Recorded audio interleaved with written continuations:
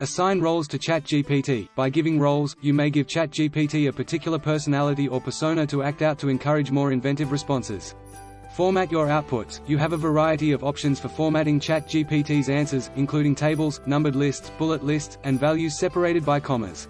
Make to-do lists. ChatGPT can assist you in organizing chores by generating to-do lists from text paragraphs. Rename chat logs. You may improve the way your chat logs are arranged and visible in your dashboard by renaming them. Suggestions for further conversation. To elicit more in-depth answers, ask follow-up questions or issue follow-up orders. Use the "explain it to a child" ChatGPT prompt, so you better understand complex things by having you describe them as though they were for a kid.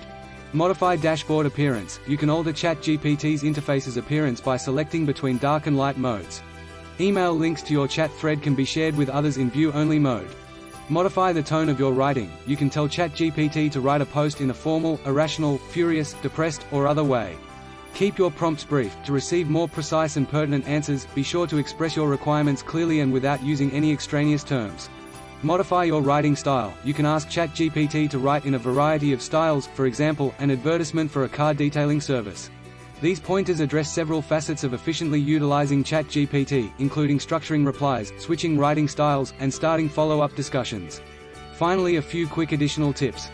Creating original content with ChatGPT. Using it to help with coding or even better, to generate code.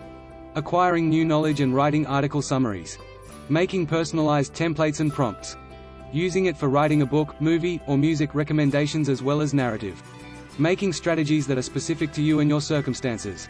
Using ChatGPT to view free content and courses.